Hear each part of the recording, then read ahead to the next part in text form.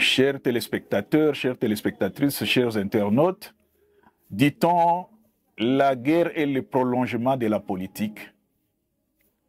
Donc, quand il y a la guerre, c'est-à-dire que la politique a échoué. Or, aujourd'hui, en RD Congo, c'est la politique qui prime la diplomatie.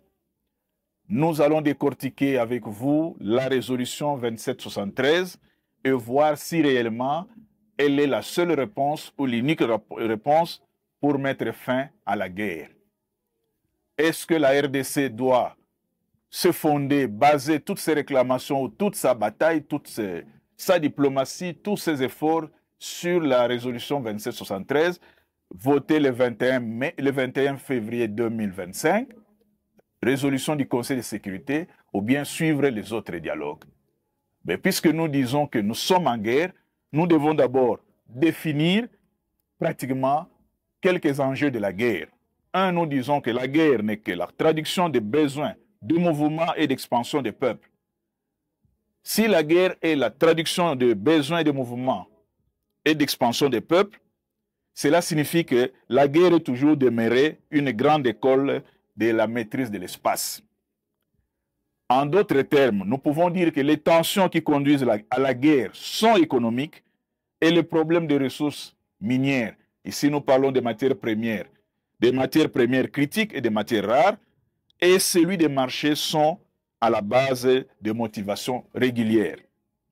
Dans les deux cas, nous pouvons alors dire que quand nous voulons comprendre, si nous voulons comprendre ce qui se passe dans la région des Grands Lacs et singulièrement dans le Kivu, qu'on appelle ventre mou de la région des Grands Lacs, nous devons intégrer deux dimensions.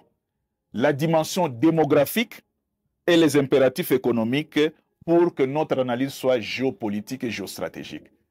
En d'autres termes, si nous voulons comprendre la guerre que nous mène le Rwanda, nous devons naturellement nous baser sur ces deux dimensions-là, démographique et économique. Ne pas prendre en compte ces deux aspects, c'est finalement ne pas comprendre ce qui se passe. Il faut maîtriser les deux aspects et les intégrer dans l'analyse. D'abord, la démographie. Nous savons que le Rwanda, pour ne pas parler de l'Est, ce sont les régions où la démographie est la plus élevée de l'Afrique. On a pratiquement 400 habitants au kilomètre carré au Rwanda et dans certaines parties du Kivu, alors que sur le reste de la République démocratique du Congo, vous avez 35 habitants au kilomètre carré. Donc, la démographie et l'expansionnisme. Et lorsque nous parlons de l'expansionnisme, nous nous fondons aussi, pour comprendre la volonté du Rwanda, nous nous fondons sur le rapport Mukabalisa. Mukabalisa, c'est le rapport du Parlement rwandais déposé le 3 juin 2024 qui parle des terres rwandaises occupées par les Congolais. Donc, dans ce rapport-là, on explique les raisons pour lesquelles le Rwanda fait la guerre à la RDC. Dans ce rapport, on dit que beaucoup de terres congolaises appartiendraient au Rwanda. Et il cite même avec des cartes préfabriquées, il cite l'île d'Idjui, il cite Kaélé, ainsi de suite, beaucoup d'espace. C'est un rapport de 159 pages, le rapport Mukabalisa. Donc, ce rapport dit clairement que le Rwanda a besoin de terres. La démographie galopante au Rwanda fait que le Rwanda déverse une partie de sa population dans le Kivu. Et comme on le sait, certaines sources racontent que les déplacés chassés de Goma, quand ils retournent chez eux dans les massifs Rutshuru, ils rencontrent des populations inconnues. Donc voilà l'aspect démographique, expansionniste plutôt, de cette guerre.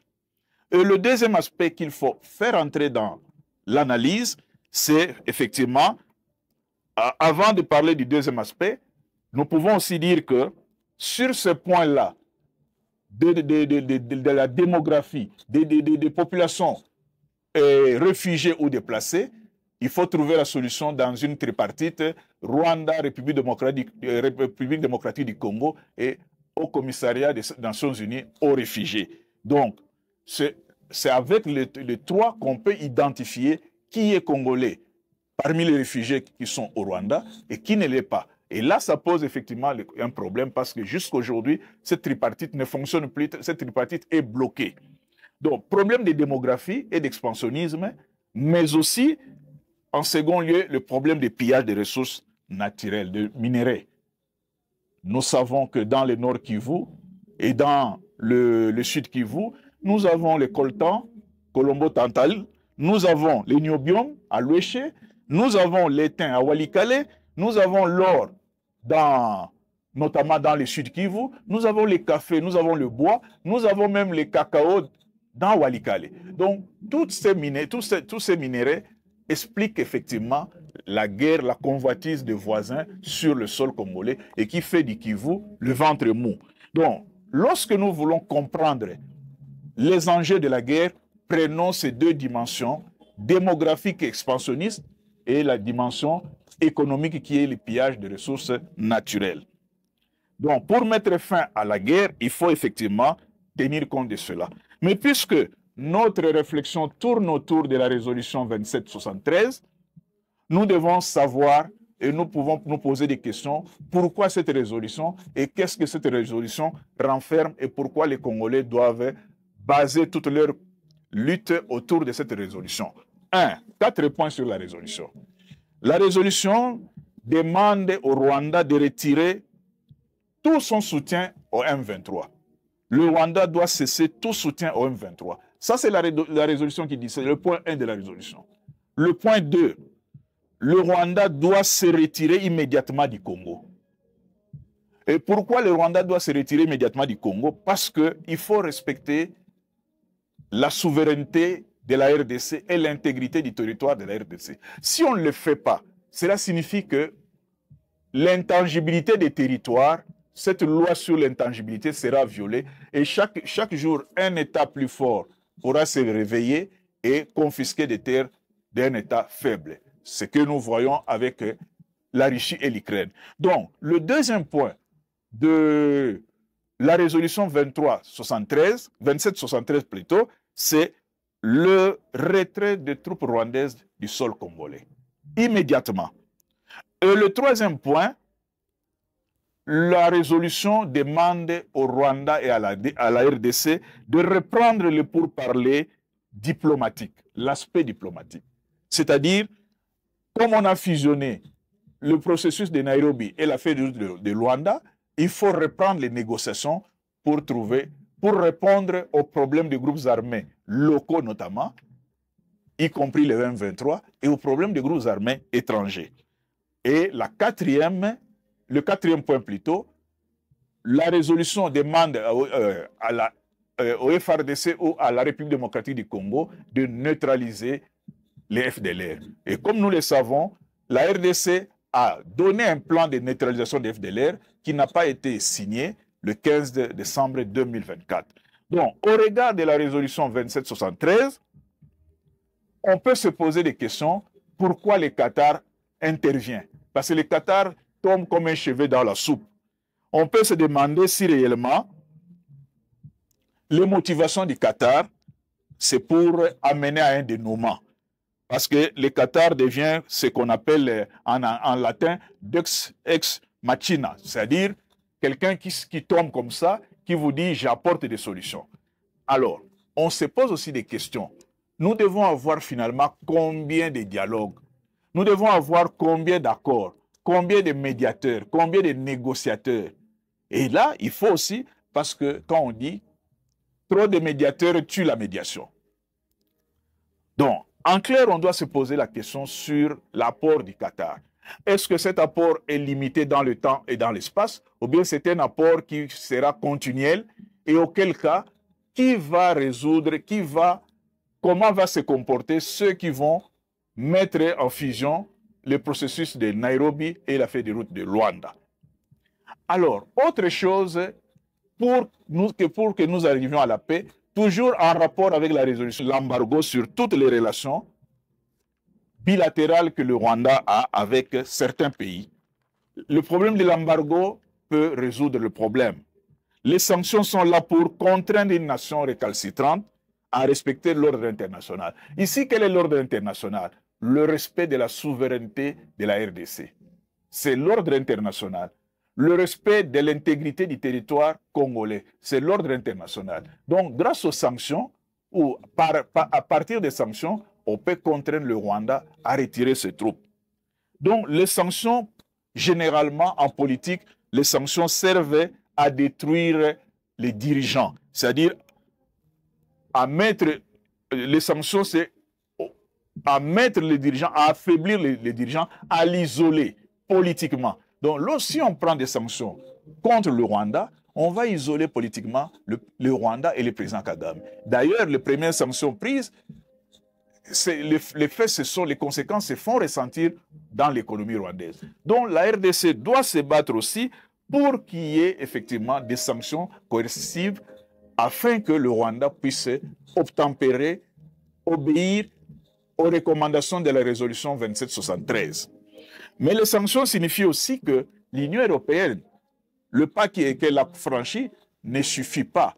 L'Union européenne peut continuer, notamment en annulant les mémorandums d'entente avec le Rwanda sur les minerais, mais aussi en arrêtant les financements de la RDF, de la Rwanda Defense Force, pour le bloc gazier qui se trouve au Mozambique, exploité par Total Energy. Ça, ce sont des sanctions qu'on peut prendre pour effectivement amener à la paix.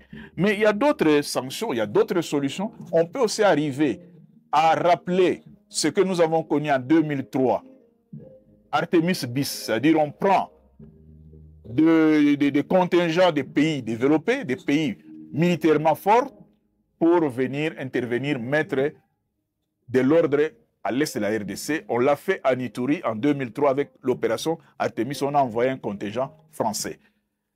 Les Nations Unies doivent aussi faire plus. Pourquoi? Parce que même sur le plan humanitaire, des dizaines, des centaines d'agents de la MONUSCO des Nations Unies sont bloqués dans des gîtes à Goma, dans des gîtes de la MONUSCO. Ils sont là, ça fait plus de 2 ans, de 2 mois plutôt. 2 mois dans des conditions difficiles. Parce que si vous êtes 100, 200, avec 5 toilettes ou 10 toilettes, ça pose un problème et de santé et de sécurité. Donc, les Nations Unies ne peuvent pas laisser son personnel et ses agents en otage dans des installations de la MONUSCO à Goma parce que le M23 s'impose sur le terrain. Donc, on a besoin des actions et pour que la paix revienne, une lecture correcte demande effectivement qu'on prenne les 2 dimensions de la guerre, démographique expansionniste et les dimensions économiques, mais on ajoute les sanctions. Donc, il faut soutenir un dialogue entre Congolais. Ceux qui demandent de soutenir un dialogue entre Congolais, la question, est-ce que c'est par mauvaise foi ou par ignorance? Parce que le problème qui se passe à l'est de la République démocratique, à l'est de la République démocratique du Congo, commence d'abord par l'extérieur. Le Rwanda nous dit, je poursuis les FDLR. Les FDLR ne sont pas des Congolais. L'Ouganda nous dit, je poursuis les ADF-MTM. Les ADF ont une origine ougandaise. Donc le problème de l'insécurité à l'est du Congo provient d'abord de l'extérieur. Alors quand les Congolais disent, non, c'est une affaire entre Congolais, c'est que c'est une mauvaise foi, mais il faut une mauvaise lecture. Et tout soutien à un dialogue entre Congolais avant de commencer par les retraits des troupes rwandaises est une forme de soutien tacite à l'agression. Parce que quand vous lisez la résolution 2773, nulle part on commence par dire dialogue entre Congolais. On dit à cesser le soutien au M23, retrait des troupes rwandaises. Alors comment les Congolais se réveillent un matin, ils disent non, ce problème est un problème congolo-congolais. Non, c'est d'abord un problème de voisins qui ont déversé leurs hommes sur notre territoire et après ça devient un problème congolais. En conclusion, qu'est-ce que nous pouvons dire? Nous pouvons dire, 1, la guerre subversive déclenchée dans un pays indépendant, si elle ne reçoit pas de l'extérieur un soutien militaire, elle ne peut pas gagner. Ses chances de succès sont nulles. Or, nous avons vu ici que le M23 New Look a déjà 3 ans d'existence. Pendant 3 ans, et nous entrons dans la 4e année de la guerre. Si le M23 ne recevait pas le soutien militaire extérieur, ils ne pouvaient pas résister parce que le M23 était dans les camps de Bianga en Ouganda comme réfugiés actés par le ACR. On peut se poser des questions, où ont-ils reçu les armes? Donc en conclusion, nous disons que le gouvernement congolais et ses experts doivent arrêter de disperser l'énergie et de se concentrer à l'application de la sans faille de la résolution 2773. Toutes les solutions à la crise qui secoue la RDC aujourd'hui se retrouvent dans la résolution 2773. Et pour appliquer cette résolution, il faut d'abord la décortiquer et comprendre. C'est-à-dire qu'il faut que quelqu'un explique aux experts congolais et au gouvernement congolais les tenants et les aboutissants de cette résolution 2773. Lorsque les Congolais auront maîtrisé cela, ils pourront alors discuter convenablement. Mais les discussions politiques, diplomatiques, c'est bien. En dernier ressort, il faut toujours organiser la défense du pays en profondeur parce que l'armée congolaise, les FARDC, doivent veiller au contrôle du territoire congolais dans ses limites avec ses 9 voisins. Sinon, on pourra trouver les bonnes négociations, on pourra trouver les bonnes résolutions, mais tant que l'armée restera faible, les voisins reviendront toujours dans un cycle de violence infernale. Chers téléspectateurs, chers internautes, nous avons essayé de décortiquer la résolution 2773. Nous sommes convaincus que la solution à la crise à l'est de la République démocratique du Congo et dans la région des Grands Lacs se trouve dans cette résolution 2773. Nous souhaitons, nous exhortons les experts de la RDC de comprendre le soubassement de cette résolution et d'en faire leur cheval de bataille dans les négociations à venir. Nous avons dit et nous vous remercions. Nous vous demandons de liker, de partager avec les amis pour que vos réactions puissent nous aider à faire mieux. N'abandonnez pas, suivez toujours les coulisses RDC Télévision. Bonne journée, bonne suite de programme à vous tous.